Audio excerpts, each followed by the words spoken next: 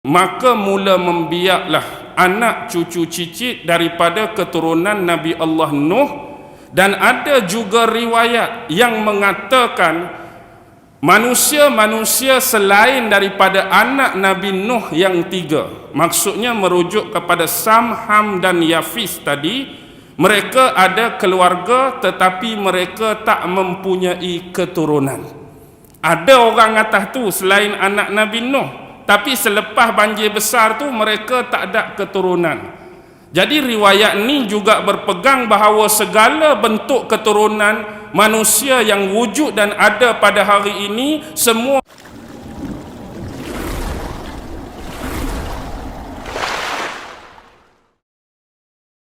Bismillahirrahmanirrahim. Baik, apabila kita membicarakan tentang seorang Nabi yang berada pada zaman awal, period awal, tentunya sejarah, kisah atau penceritaannya banyak melakari versi-versi dalam pelbagai agama.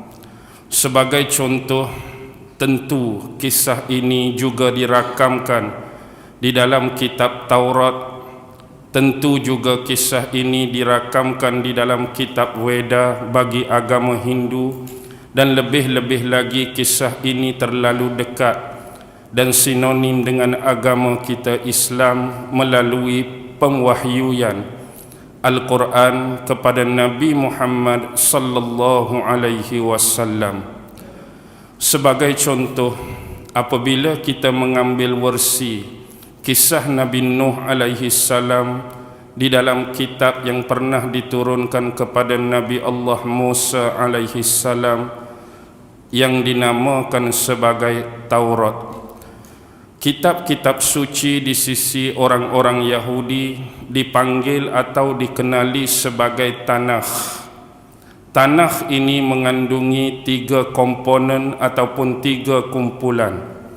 Yang pertama ialah kitab Taurat yang kita panggil sebagai kitab 5 ataupun kitab Musa ataupun Pentateuch. Taurat juga dikenali sebagai kitab yang 5, kitab Taurat ataupun Pentateuch. Manakala yang kedua ialah Nevi'im.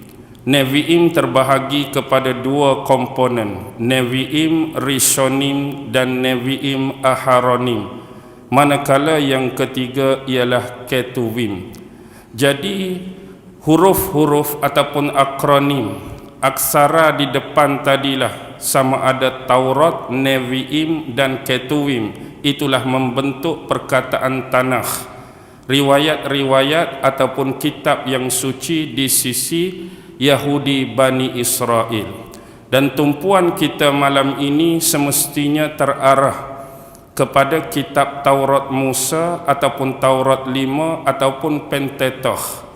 Dan kita tidak dapat mengelakkan bahawa kitab ini mengalami sejarah yang panjang, dan sampai pada waktunya banyak daripada isi-isi dan kandungan kitab Taurat ini sudah banyak diubah ataupun diselewengkan oleh rabbai-rabbai Yahudi, terutamanya selepas penghancuran kerajaan Yahudi kota Jerusalem di bawah pimpinan raja daripada Babylon, iaitu Nebukadnezar ataupun dalam bahasa Arab disebut sebagai Bukhtansar, dengan pimpinan yang paling agung di bawah teraju Nebukadnezar yang digelar sebagai Aspenas.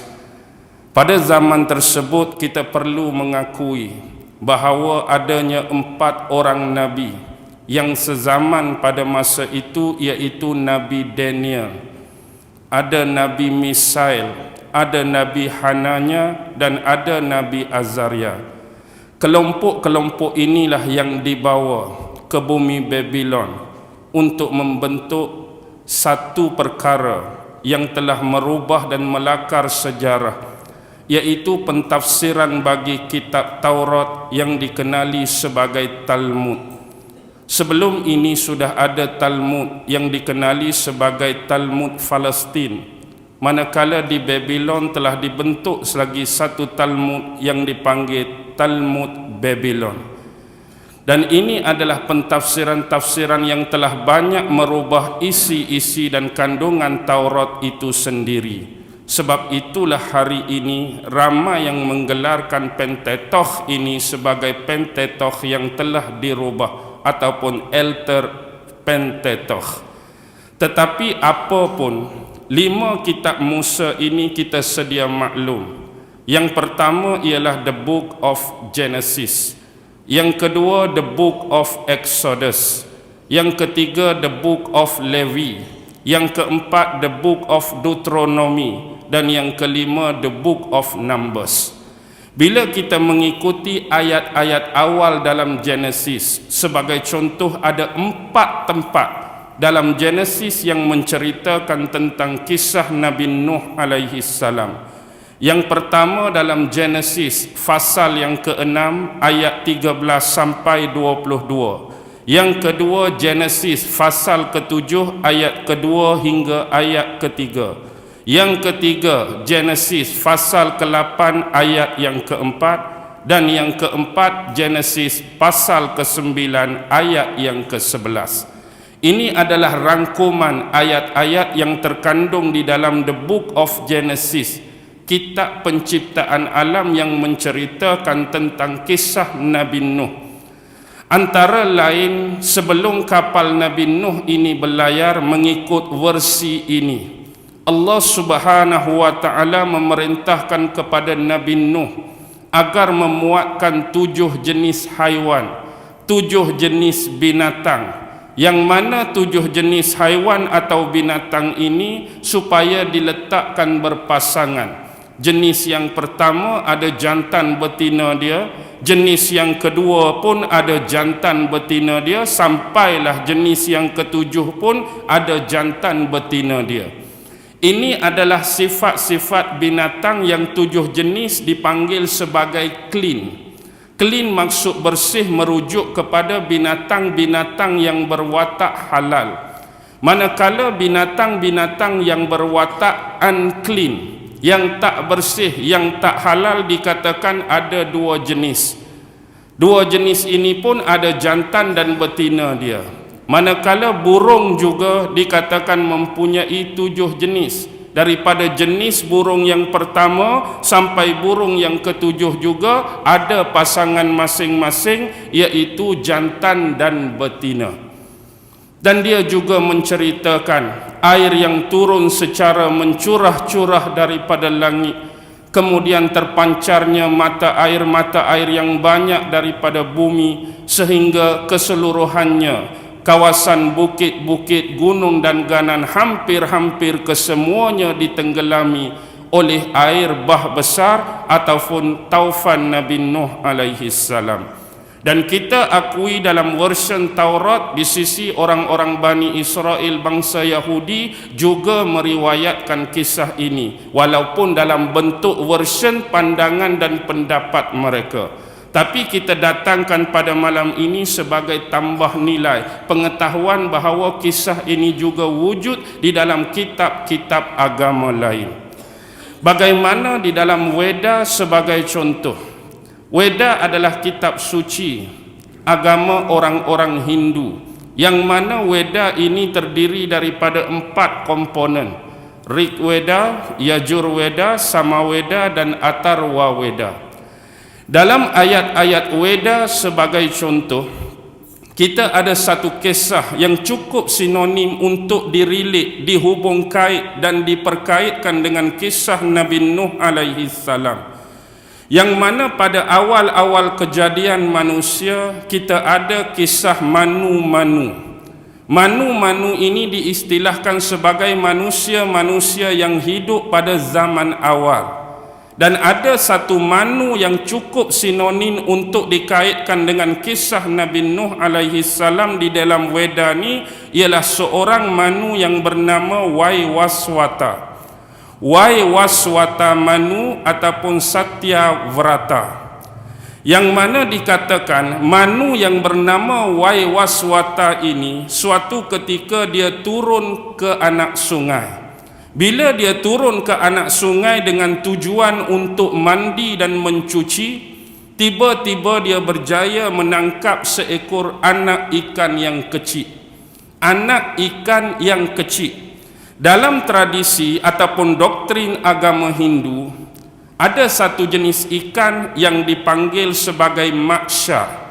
Maksha ni bukan jenis, maksha ni bukan nama, tapi maksha merujuk kepada ikan yang berbentuk awatar dewa bagi Dewa Vishnu.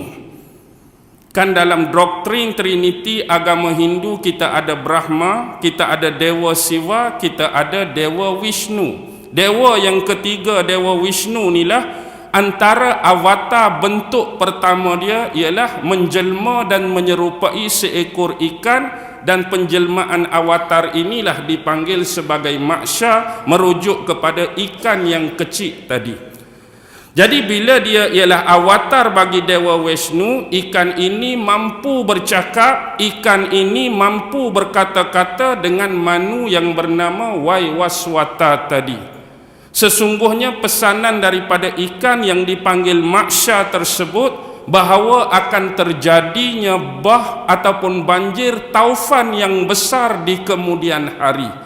Jadi benda ini diperingatkan oleh maksha tadi kepada manu yang bernama Vaivaswata.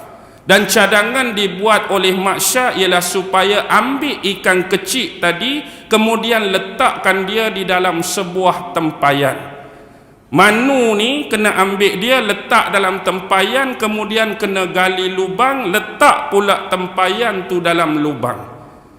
Jadi hal ini tujuannya supaya manu yang bernama Vaivaswata tadi sentiasa boleh mendapat panduan dan petunjuk dan arahan-arahan daripada ikan jelmaan Dewa Vishnu tadi. Nak buat, nak tebang pokok bila, nak cari kayu bila, nak buat bentuk lagu mana, berapa tingkat besar mana, semua ada panduan-panduan daripada ikan tadi. Jadi diringkaskan dan dipendekkan cerita, bila nak siap kapal tadi, ikan tadi pun takkanlah kecil selama-lamanya, tetapi dia membesar seiring dengan pembentukan dan pembinaan kapal tadi. Akhirnya bila banjir besar benar-benar dah berlaku, manu yang bernama Vaivaswata tadi melepaskan ikan tadi ke dalam air. Jadi ikan tadilah yang besar tadi menjadi pemandu atau penunjuk arah. Dan juga ada riwayat dalam Weda diikatkan di kapal manu Vaivaswata itu, dan satu lagi tali diikatkan di belakang ikan. Jadi ikan itulah yang tarik kapal manu Vaivaswata tadi. Ni version dalam Weda. Dan ada juga dua riwayat berkenaan dengan ikan yang dikeloi atau digelar sebagai maksha tadi. Satu riwayat kata dia dari jenis ikan zoomorphic. Ikan zoomorphic ni payah dah kita nak cari, payah dah kita nak jumpa sekarang. Satu riwayat lagi, ikan ni dia ada dua belah. Hak belah hak nampak ke atas darat, bila ikan duduk dalam air, ikan tu besar, separuh atas air tu hak nampak tu, dia membentuk tubuh bagi Vishnu sedang membawa senjata, manakala hak tenggelam separuh lagi dalam air dalam rupa bentuk ikan. Ini adalah bentuk-bentuk version. Walaupun mungkin kita menganggap dia khayalan, khurafat, imajinasi semata-mata, tetapi versi ini dimuatkan di dalam kitab Weda merujuk kepada agama Hindu. Maksudnya bahawa cerita ini sememangnya benar-benar berlaku, cuma bentuk pengkisahan riwayat dan sejarah dia berbeza yang diterima melalui jaluran agama, akidah dan pemahaman masing-masing. Manakala kita sebagai umat Islam, tentulah kita lebih percaya dan meyakini apa yang datangnya daripada wahyu Allah kepada junjungan besar Nabi Muhammad sallallahu alaihi wasallam, iaitu merujuk kepada Nabi Muhammad sallallahu alaihi wasallam. Jadi kapal ni kita dah cerita lebih kurang. kenapa Nabi Nuh bina kapal, kenapa banjir besar berlaku pada kisah Nabi Nuh version yang pertama dahulu. Yang sekarang kita nak mengambil perkiraan tempat mendaratnya kapal tersebut. Dalam Al-Quran disebut bahawa kapal tersebut mendarat di atas Bukit Judi. Bukit Judi disebutkan nama Bukit Judi, tapi dalam version Taurat dia sebut Judi tapi dia buat kurungan. Sebelah Judi itu dia sebut nama bukit itu sebagai Agri. Judi pun disebut tapi dalam kurungan dia sebut Agri.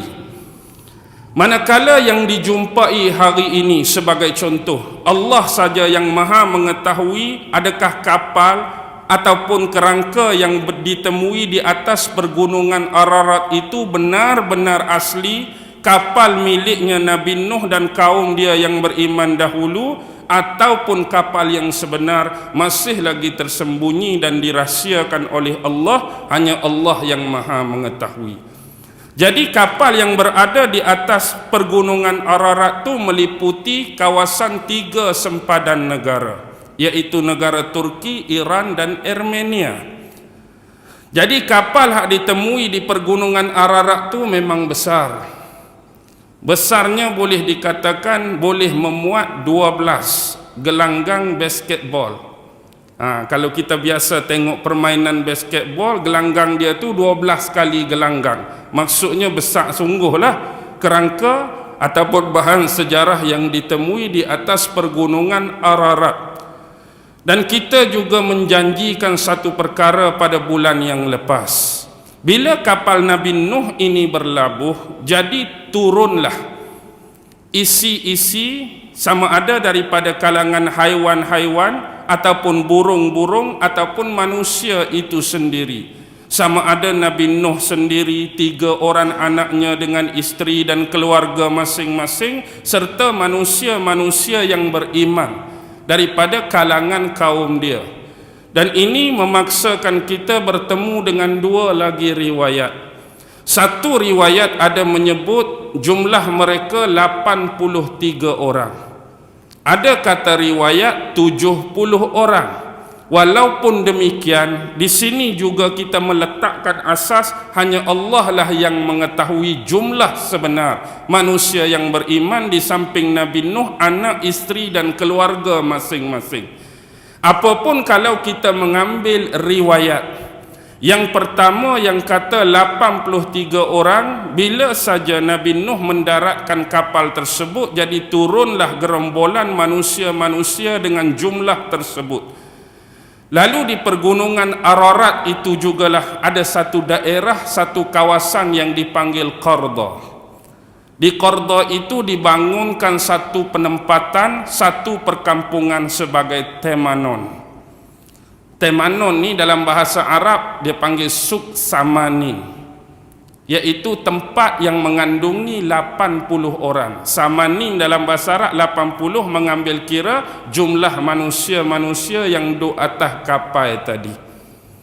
Jadi itulah dikatakan penempatan kawasan perkampungan pertama untuk kehidupan manusia seterusnya, sejurus saja berlaku peristiwa banjir besar Nabi Nuh tadi.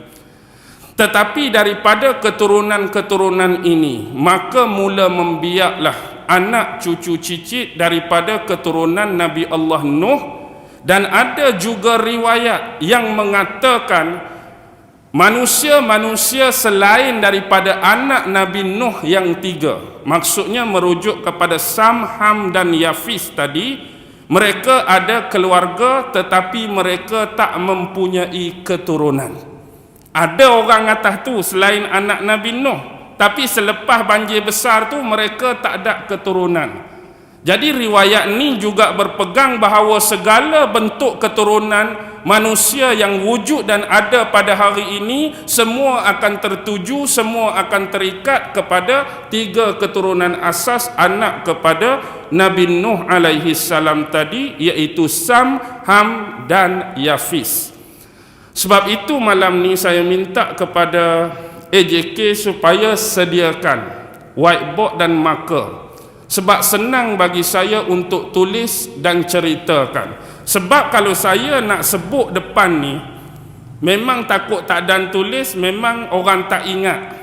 Jadi saya malam ni akan ceritakan 25 jenis bangsa ataupun keturunan yang lahir daripada 3 keturunan anak Nabi Nuh alaihi salam yang hidup sampai ke hari ini di atas muka bumi.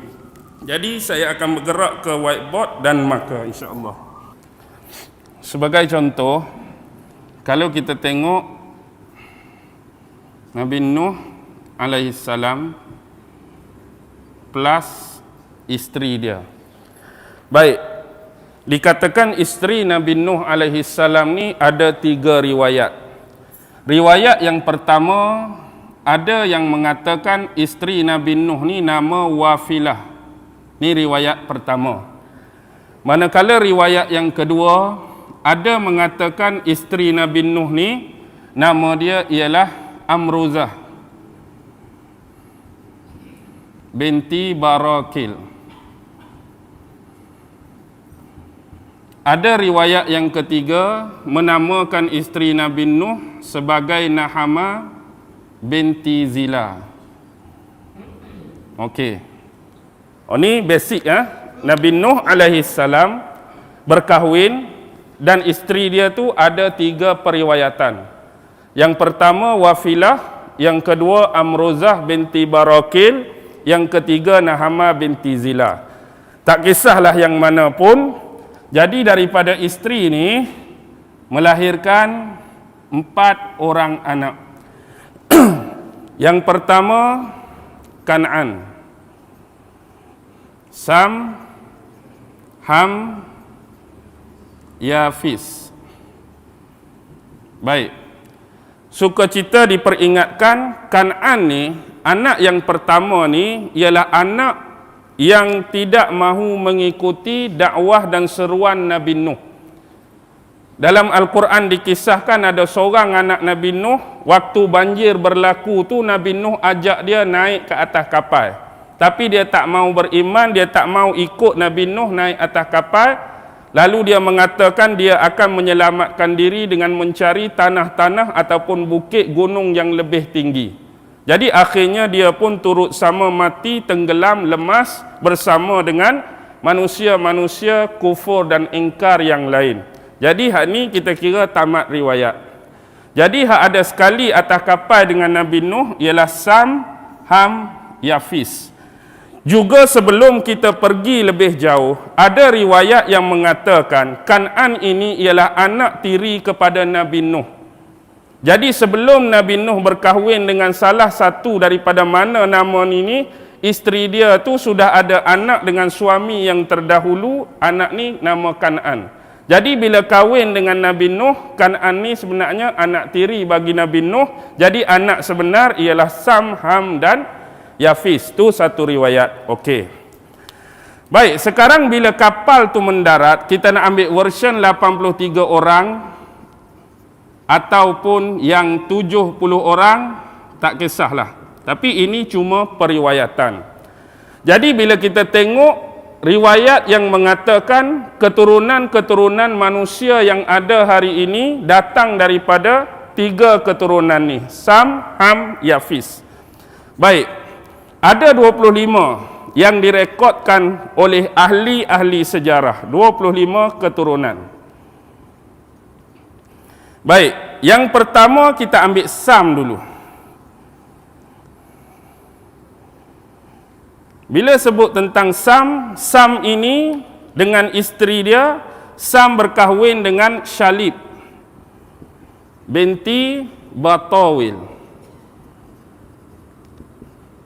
Sam kahwin dengan Shalib binti Batawil, melahirkan 8 keturunan.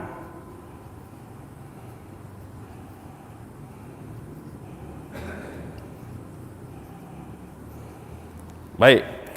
Yang pertama ialah keturunan bangsa Arab. Keturunan bangsa Arab. Dan ini disepakati oleh sebahagian besar ulama dan ahli-ahli sejarah serta arkeologi Lebih-lebih lagi pengakuan daripada ahli genealogis. Semua bersepakat mengatakan keturunan Arab adalah daripada keturunan Sam. Jadi secara lebih kurang, keturunan Arab ini kebiasaannya datang daripada Arab ni dia ada 3 jenis pula. Satu dipanggil Arab Ba'idah. Yang kedua Arab Aribah. Yang ketiga dipanggil Arab Musta'ribah ataupun juga dikelur Arab Musta'robah. Arab Ba'idah ni ialah Arab-Arab yang awal, yang confirm asli. Hak selepas zaman Nuh tu dikatakan kaum Nabi Hud, kaum Nabi Saleh, itu dipanggil Arab Ba'idah, Arab yang jauh. Sebab apa dipanggil Arab yang jauh? Kerana kebanyakan keturunan ni sudah banyak dimusnahkan oleh Allah kerana berlakunya pengingkaran dan penderhakaan kaum masing-masing terhadap utusan yang diutuskan oleh Allah. Manakala Arab Aribah ni ialah Arab yang terkemudian. Contoh, kita ambil zaman Nabi Ibrahim. Kita katakan zaman Nabi Ibrahim, anak Nabi Ibrahim ada Ishak dengan Ismail. Kita tak mau bincang tentang Ishak. Bila sebut tentang Aribah, sebenarnya Nabi Ismail ni duduk di kalangan Arab Musta'robah dah, bukan Arab yang asli. Bukan Arab yang asli, tapi duduk di kawasan Arab, dia bercampur dengan Arab, otomatik dia menjadi Arab yang digelar sebagai Arab Musta'ribah atau Arab Musta'robah. Jadi hak paling popular anak Nabi Ismail ni Nabit kan. Jadi daripada Nabit inilah lahirnya kita panggil dalam sejarah Jurhum Ula, Jurhum Sani, Jurhum kedua. Kemudian keluarga Qahtan. Qahtan tu pula pecah dua, Himyar kan dengan Kahlan. Himyar ni lah melahirkan raja-raja Tubak hak di sebelah Yaman, kerajaan Sabak, kerajaan Son'a, kerajaan Najran dulu ni bawah keturunan ni. Lepas tu panggil pula keturunan Khuza'ah ataupun Khuzai. Hak keturunan awal antaranya orang pertama hak bawa balik patung berhala ke Mekah, Amru bin Luhai Al-Khuzai itu lahir daripada keturunan ni. Jadi lepas tu sampailah kepada keturunan Tok Nabi yang kelima tu, Qusay bin Kilab bin Murrah kan. Sampailah kepada keturunan bangsa Arab Quraisy Rasulullah. Tu lebih kurang sepintas lalu. Baik, yang kedua ialah bangsa Al-Jaramiqah.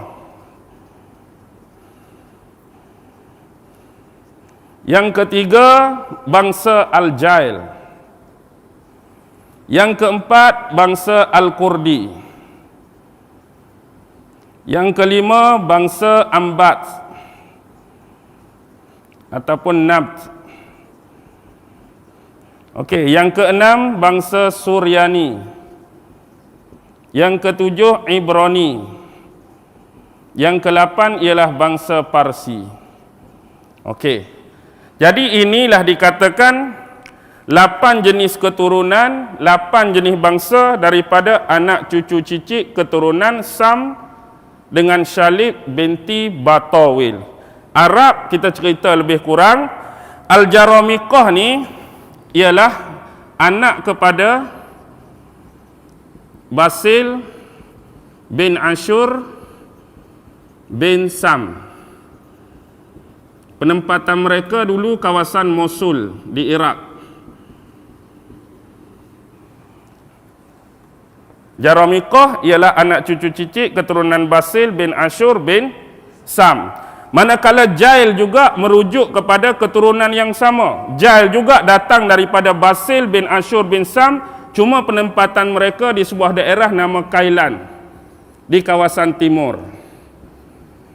Okey, bagaimana dengan bangsa Kurdi?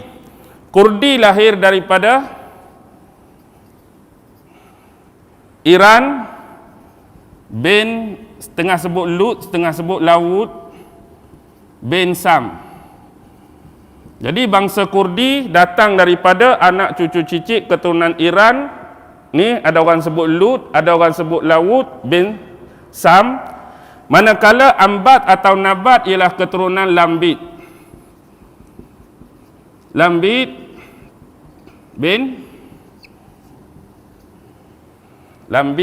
bin Sam. Baik. Sekarang ni Suryani. Suryani ialah keturunan Suryan. Suryan bin Nabit bin Mashi bin Adam, bukan Nabi Adam bin Sam. Ini panjang sikit. Keturunan Suryani, Suryan bin Nabit bin Mashi bin Adam kembali kepada Sam. Manakala Ibrani ialah keturunan Abir ataupun ada orang sebut Amir bin Shalih bin Arfakhshad bin Sam. Ini laluan keturunan Nabi Ibrahim. Nabi Ibrahim kan bapa dia bin Azar bin Nahur bin Sarush bin Ra'u bin Abir bin Falih bin Amir bin Shalih bin Arfakhshad bin Sam bin Nuh. Kalau keturunan Nabi Khidir, Balia bin Malkan bin Abir bin Shalih bin Amir bin Arfakhshad bin Sam bin Nuh, sama juga. Jadi Parsi ni keturunan Faris.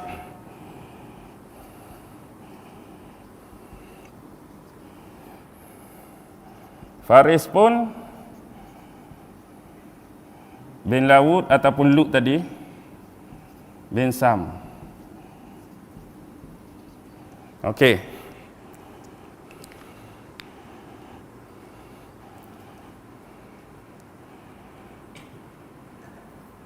Okey, nampak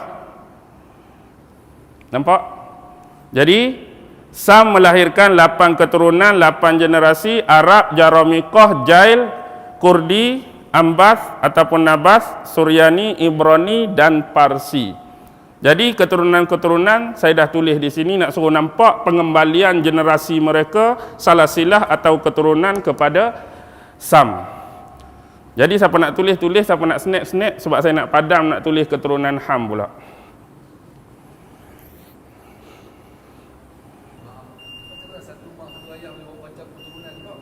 Mana?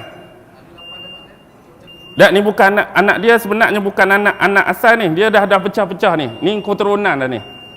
Bukan kata kahwin hak ni lahir hak ni tak. Ni keturunan hak sampai kepada Sam dah. Maksudnya anak-anak hak panjang dah ni. Jadi ni keturunan hak terhasil.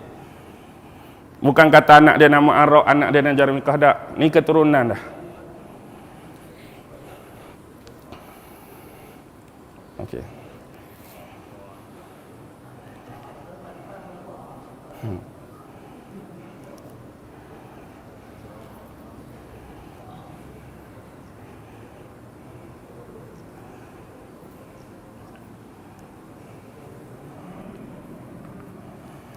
Okey, saya padam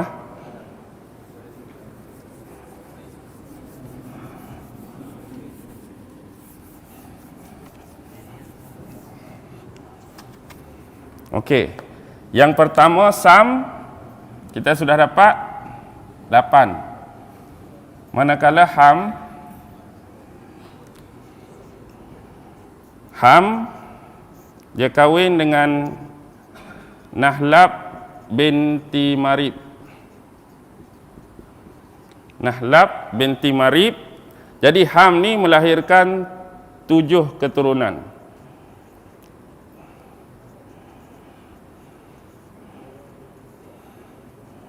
Okey. Yang pertama ialah As-Sin. Yang kedua Al-Hin, ataupun kita kata hari ni India lah. 3 Kut. Keempat Kanaan. Kelima Kipti, ataupun juga disebut Misraim. keenam Zuailah, ketujuh Az-Zanj ataupun disebut Habsyi ataupun kita keluar orang negro. Okey.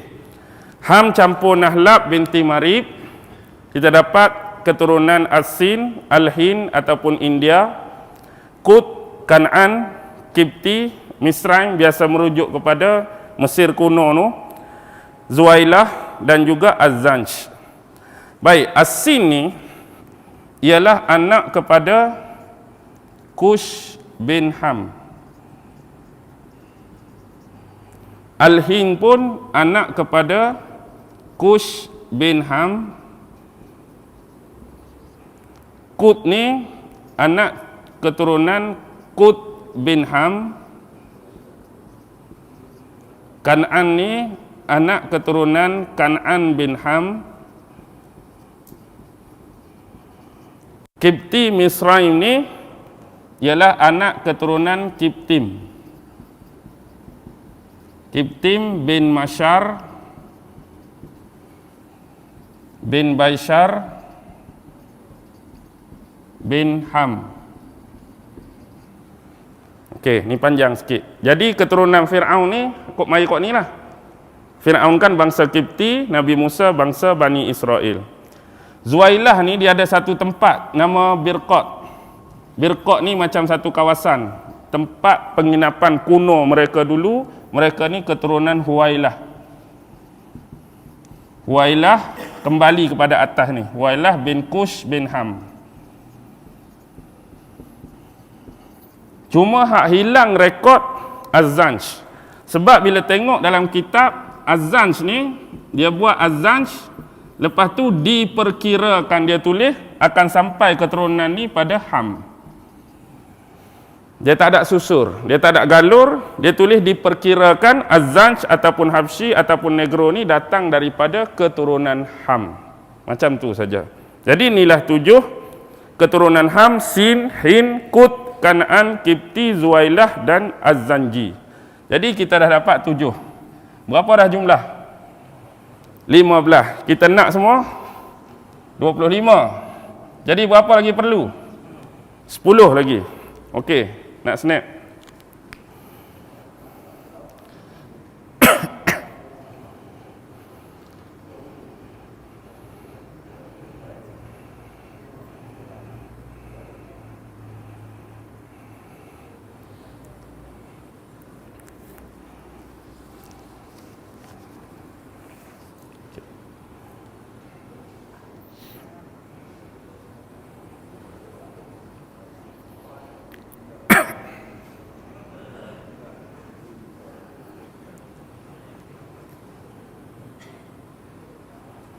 Okey.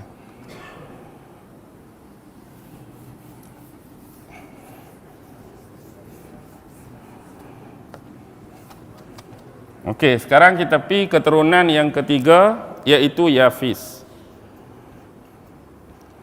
Yafis kahwin dengan Arbasisah binti Marazil. Arbasisah binti Marazil. Di sini kita nak 10, tapi kita cuma ada 9.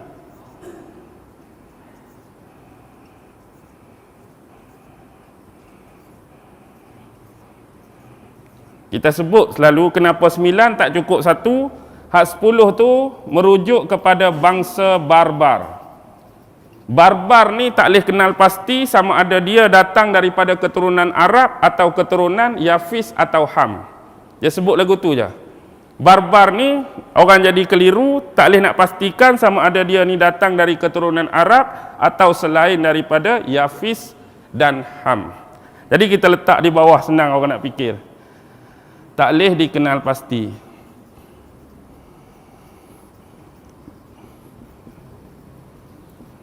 Jadi kita nak cari 9 lagi untuk menggenapkan 25. Yang pertama ialah keturunan Turk. Yang kedua ialah keturunan Asy-Syaqalibah. Asyaqalibah. Keturunan ketiga ialah Ad-Dailam. Keturunan keempat ialah Asban.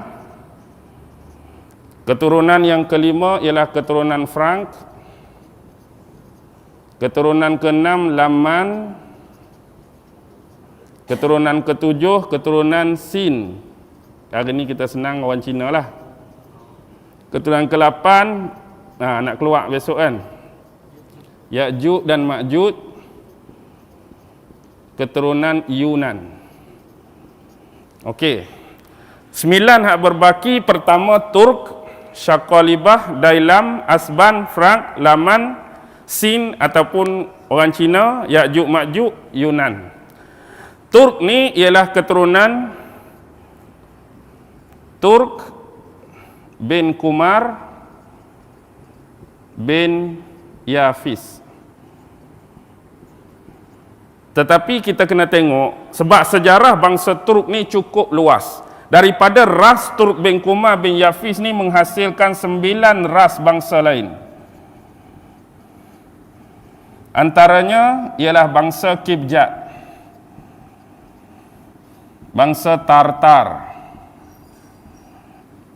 bangsa Al-Khalazkiyah, ada bangsa nama Al-Ghaz,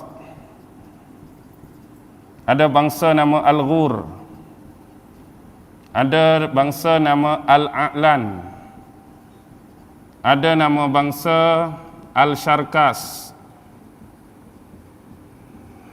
ada nama bangsa Al-Azkasi, ada bangsa Ar-Rus. Okey, berapa dah? 1, 2, 3, 4, 5, 6, 7, 8, 9. Tartar tahu tak?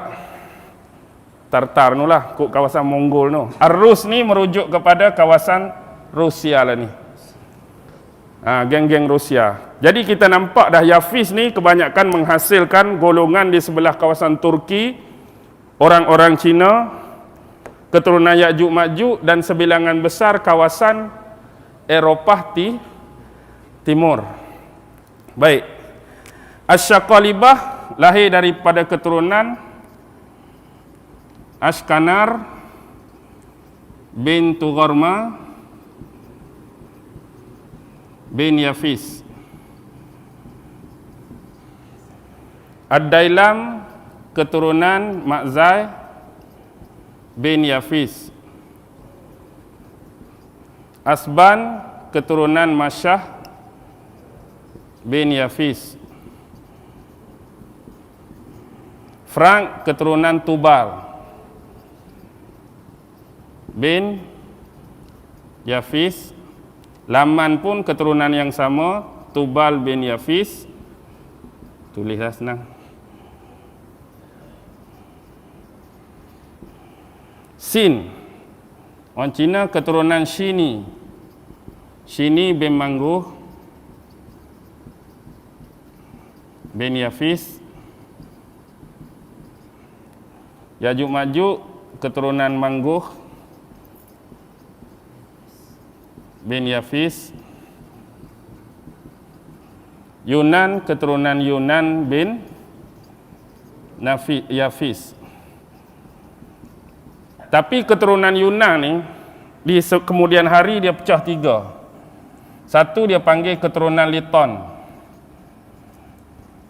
2 dipanggil keturunan Igrik. 3 dipanggil keturunan Kaitami di kemudian hari. Jadi Liton ni sampai kepada Latin bin Yafis. Igrik sampai kepada Igrikis bin Yafis.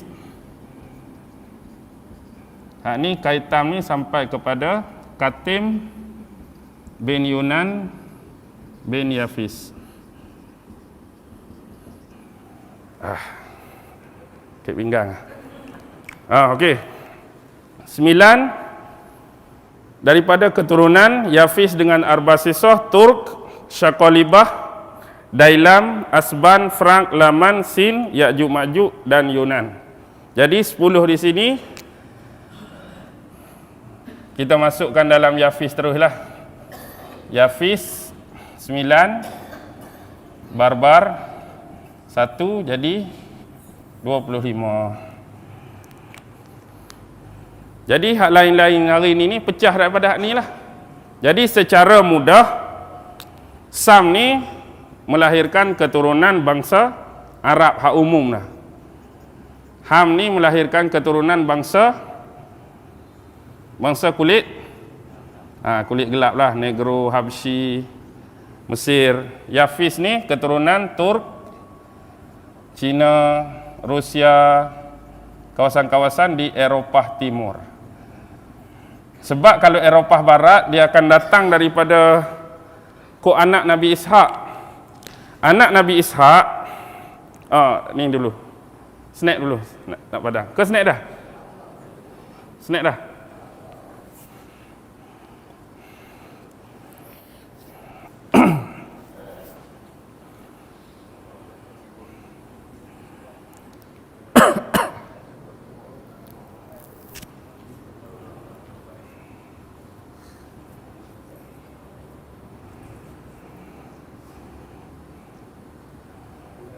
Okey.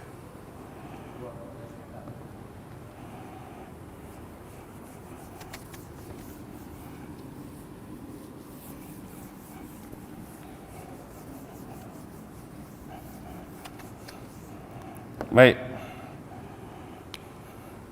Kalau kita tengok Nabi Ibrahim, Ishak kan? Ishak dengan Ismail. Okey, Ishak ni kahwin dengan Rifqah.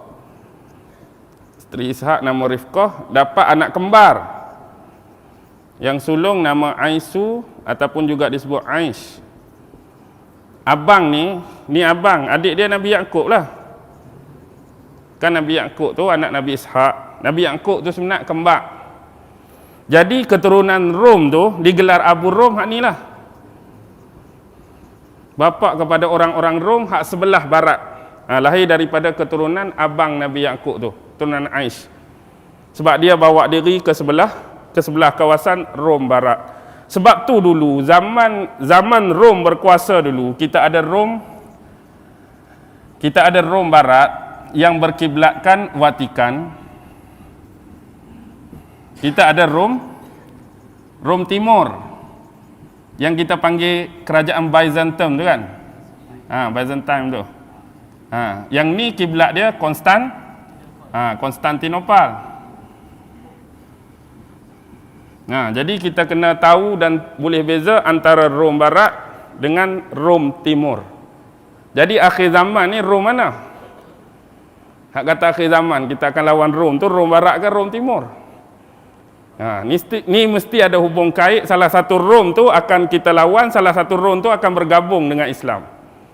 Jadi kita tunggulah Rom mana hak kita nak lawan, Rom mana agak-agak akan bergabung dengan kita. Kalau kita baca surah Rom boleh nampak dah. Kalau kita baca, kaji, analisis surah Rom boleh nampak dah Rom mana hak kita akan lawan, Rom mana hak akan bergabung sementara. Jadi bila menang tu, salah seorang anggota daripada tentera Rom tu angkat bendera. Dia kata kemenangan bagi Nasrani, masa tu pula pecah pula. Baru kita bertempur dengan sekutu kita. Itu panjang dalam hadis. Baik. Kembali tadi, ni menurut pandangan Imam Ibnu Ishaq. Ibnu Ishaq kata, masa Nabi Nuh hayat kehidupan dia dulu, dia mendoakan keturunan keluarga Sam ni supaya lahir keturunan Nabi-Nabi dan Rasul daripada keturunan keluarga Sam. Manakala keturunan keluarga Yafis, dia mendoakan supaya jadi pemerintah dan raja-raja. Dan raja-raja. Manakala keturunan Ham ni jadi apa agak-agak? Jadi abdi kepada dua golongan ni. Jadi hamba, jadi pembantu, jadi penyokong, jadi peneguh kepada Sam dan Yafis. Dan juga ada satu riwayat bahawa di saat-saat akhir Nabi Nuh juga mendoakan untuk Gomer dan Kush.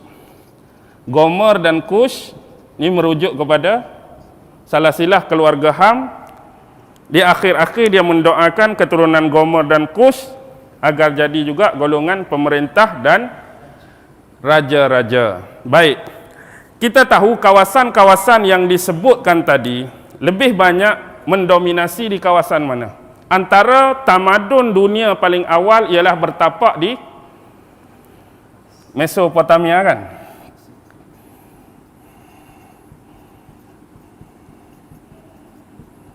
Mesopotamia.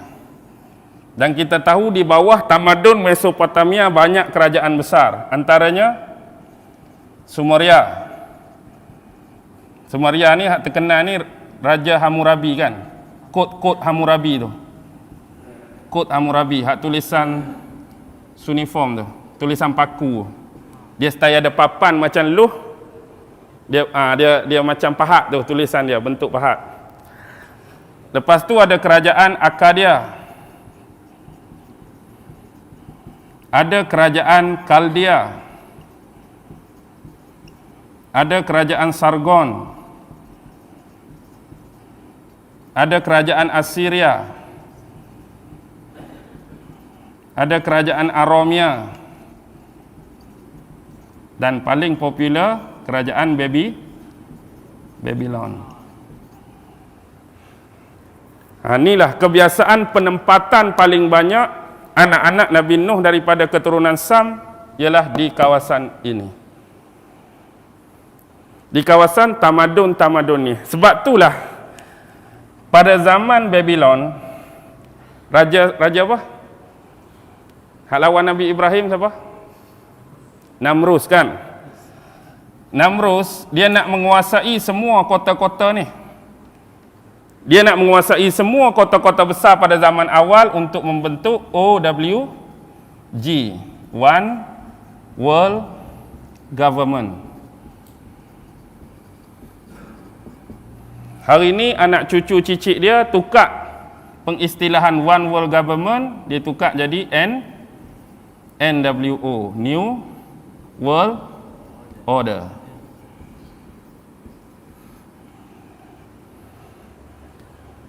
Okey. Baik. Di Assyria, Assyrian Empire tu ada satu kota nama Nineveh, kota Nabi Yunus, kan?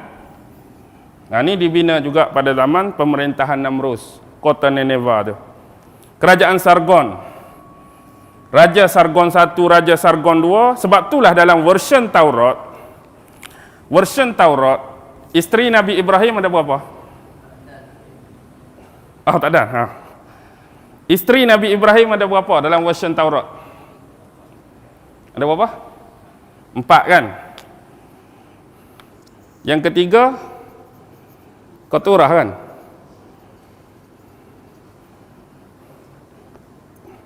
Nombor 4 Hajun.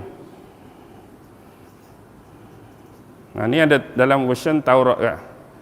Anak dia siapa? Zimran, 6 orang. Yokshan, Zimran, Jokshan, Media,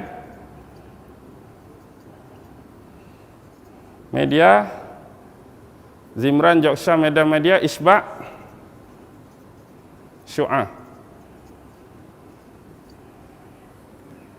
Anak Hajun dengan Hajun ada 5. Siapa ingat? Luton, Nafis,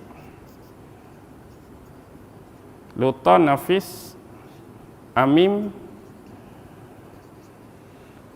Saya tak ingat 2 lagi. Tapi maksudnya 5 campur 6, 11, 12, 13. Dalam version Taurat, anak Nabi Ibrahim 13 orang. Dan Naftali itu anak Nabi Yusuf dengan isteri Balhah dan Naftali.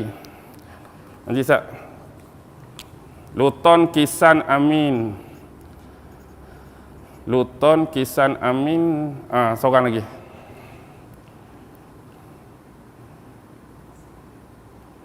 Tak ingat seorang lagi. Tak apalah, ada seorang lagi. Jadi 651 ni. Okey. Zaman Namrus ni start dah penyembahan berhala kan. Padahal berhala zaman Nabi Nuh lagi. Tapi zaman Namrus ni ada 12 berhala hak besar. Pernah dengar tak istilah berhala Pantheon?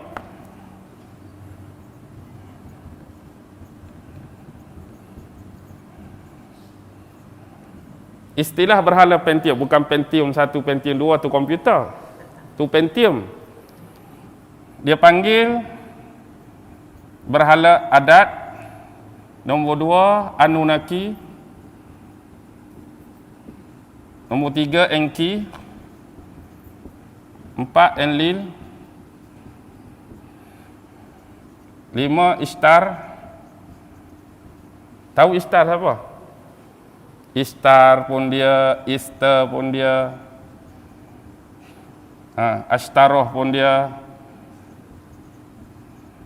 Astarte pun dia, Semiramis pun dia. Tak ingat lagi? Hak ni 3 ni, 4 ni berhala sebelum Namrus. Ni zaman Raja Jam ni. Ada satu raja sebelum Namrus nama Raja Jam. 4 ni zaman Raja Jam. Kemudian bila Namrus, ni bini Namrus ni. Bini Namrus mak dia. Sebab Namrus kahwin dengan ibu sendiri. Tu Namrus. Bini Namrus tu mak dia dah, Semiramis. Easter pun panggil, Esther pun panggil dalam perayaan yang terkait dengan orang Kristian, hari Easter kan.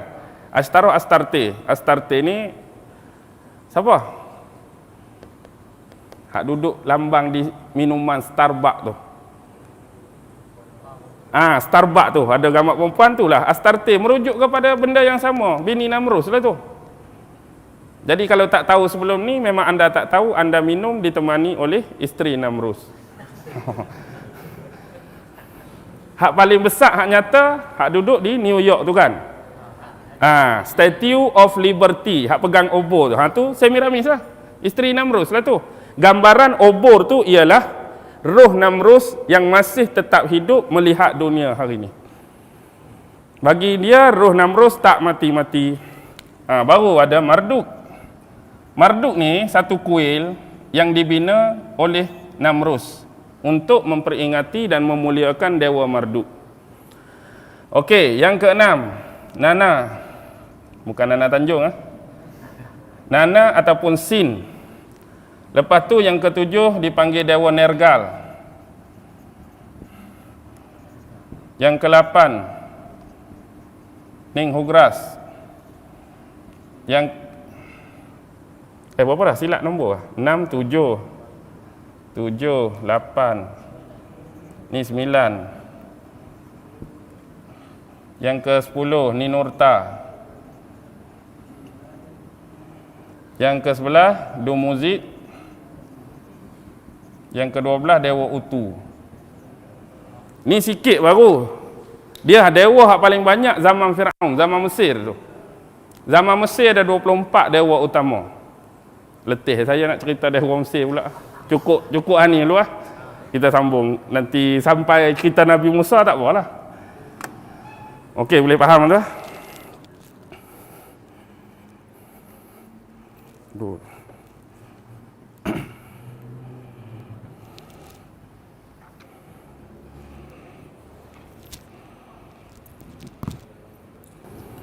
Okey, kita dah menginjak 9.10.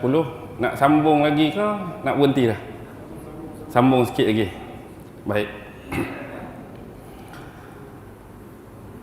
Sambungan sedikit perbicaraan tentang Nabi Nuh alaihi salam.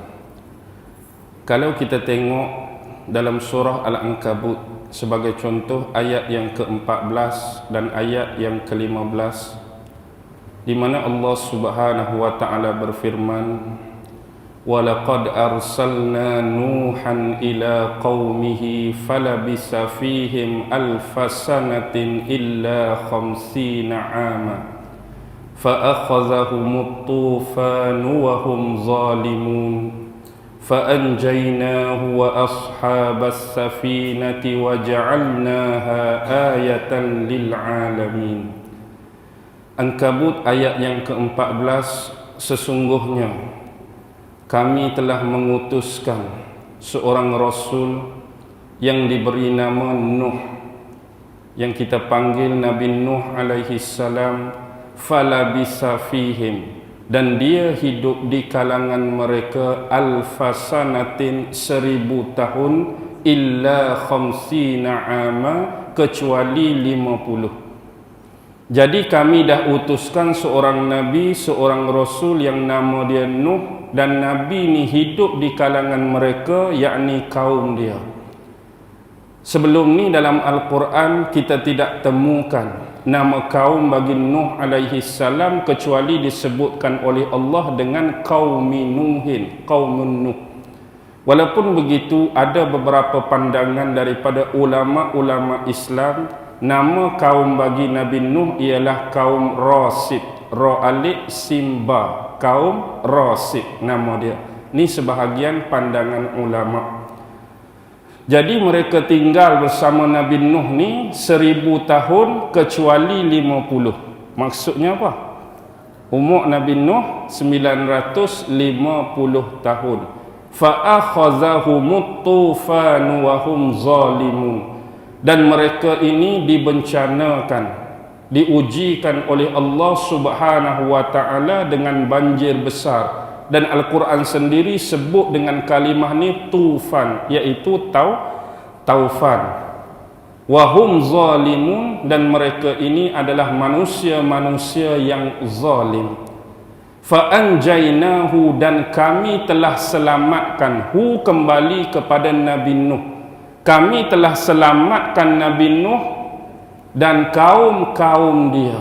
Wa ashabas safinah, ashab ni dipanggil sahabat, ashab ni dipanggil orang-orang yang menaiki kapal tadi. Wa ja'alnaha ayatan lil alamin, dan menjadikan kisah dan peristiwa ini sebagai tanda-tanda kebesaran dari sisi Allah Subhanahu wa taala. Jadi hari ini dengan adanya penemuan-penemuan dalam bentuk arkeologi, pencarian-pencarian oleh ahli-ahli sejarah, ini membuktikan kepada kita bahawa kisah Nabi Nuh alaihi salam ini adalah kisah yang benar, nyata, berlaku. Dan dia juga didatangkan dalam pelbagai version sebagaimana muqaddimah kita. Diceritakan oleh Taurat, diceritakan oleh Weda, diceritakan oleh Al-Quran sendiri. Apapun ini merupakan salah satu daripada tanda Allah Subhanahu wa taala. Sebagaimana dalam sebuah wawancara oleh ABC News, ada seorang yang bernama Robert Bellet. Robert Bellet ini ialah seorang arkeologi air, yang mana tim ataupun pasukan dia pernah dalam usaha untuk mencari apa yang dikatakan sebagai Noah Ark, iaitu bahtera Nabi Nuh, yang mana sebelum ni dia juga antara orang-orang penting yang mengetuai tim ataupun misi cari kapal Titanic. Kan kita tahu sejarah kapal Titanic tenggelam akibat apa?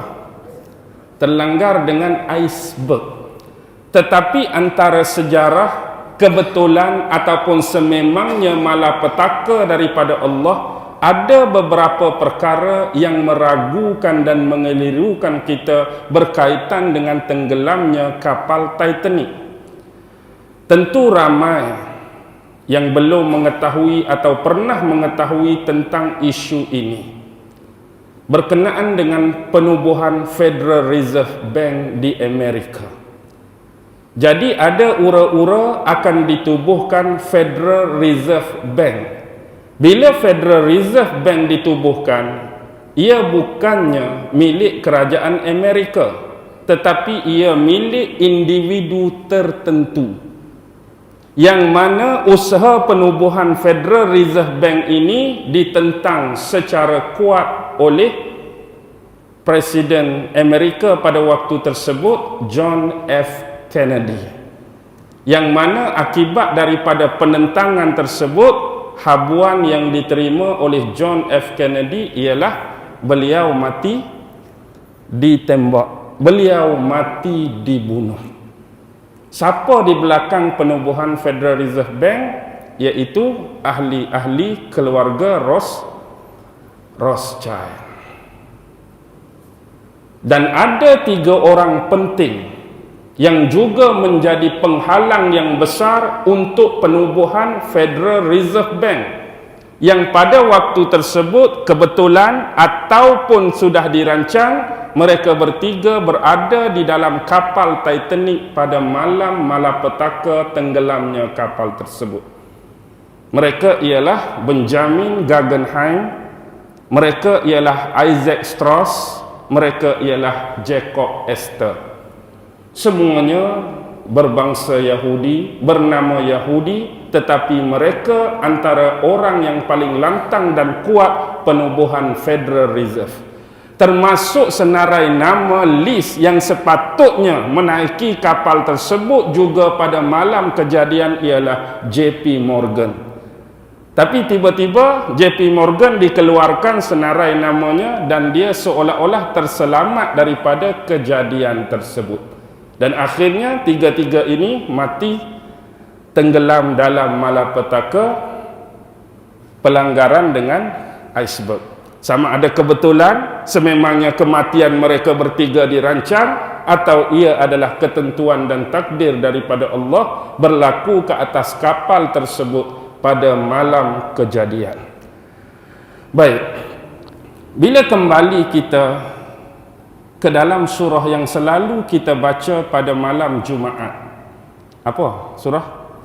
Surah Yasin. Tentu kita selalu mendengar ayat-ayat daripada surah Yasin ayat 41 dan ayat 42. Wa ayatul lahum anna hamalna zurriyatahum fil fulkil mashhun wa khalaqna lahum min mislihi ma yarkabun. Yasin 41-42,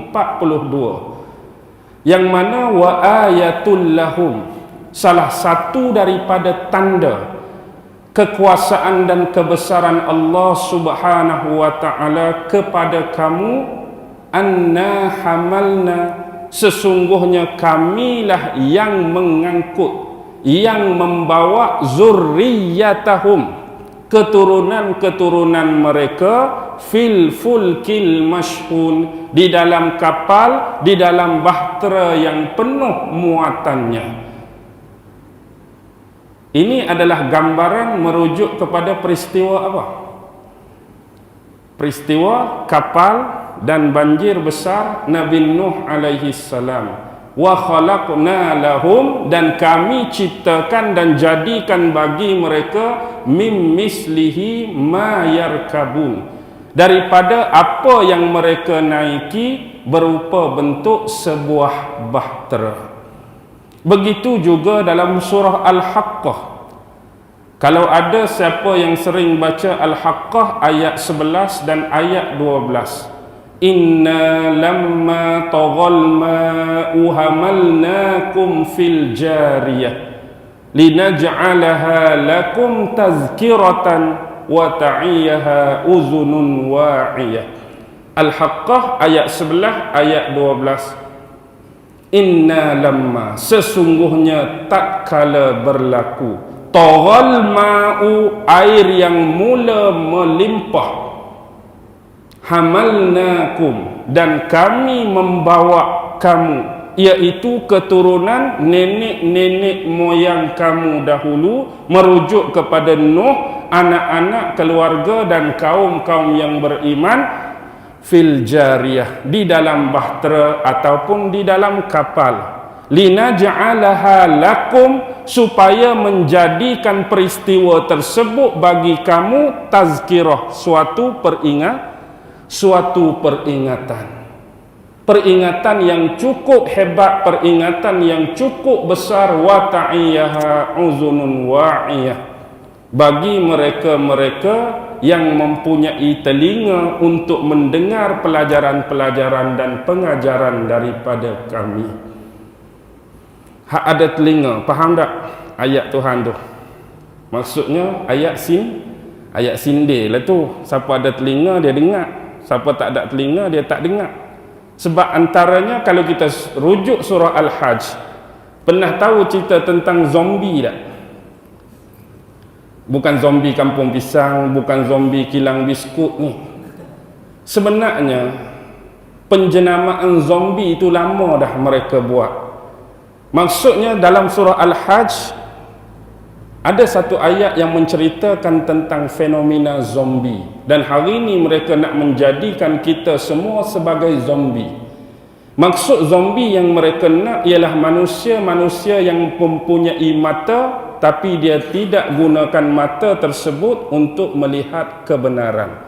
Manusia-manusia yang mempunyai telinga tapi dia tak mau guna telinga dia itu untuk mendengar kebenaran, dan manusia-manusia yang mempunyai hati tapi dia tak mau guna hati dia itu untuk menilai kebenaran.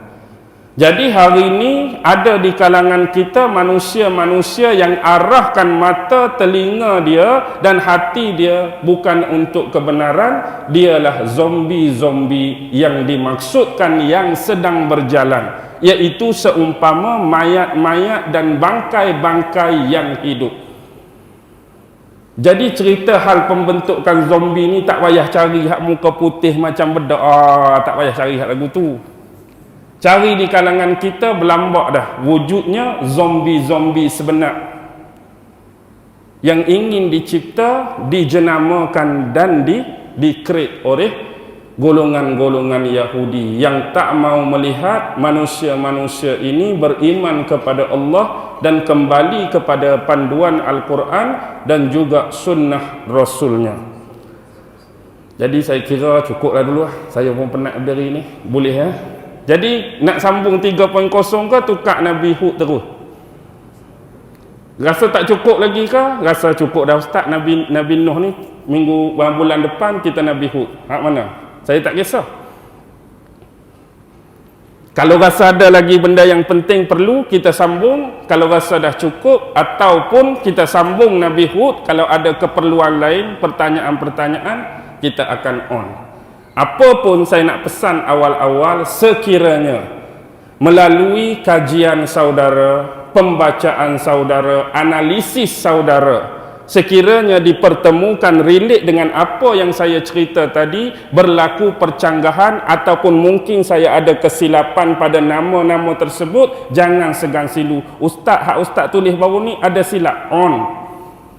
Ustaz tulis baru ni nama tu hak patut duduk alik atas sebenarnya duduk alik bawah. Bagi tahu, tak ada masalah. Kita boleh ubah, kita boleh betulkan terus. Tak ada siapa nak duduk dalam kesalahan, tak ada siapa nak duduk dalam kesilapan. Jadi jangan segan-segan, kita sama-sama nak memperbaiki kesilapan. Baki lagi, wabillahi taufiq wal hidayah. Wassalamualaikum warahmatullahi taala wabarakatuh.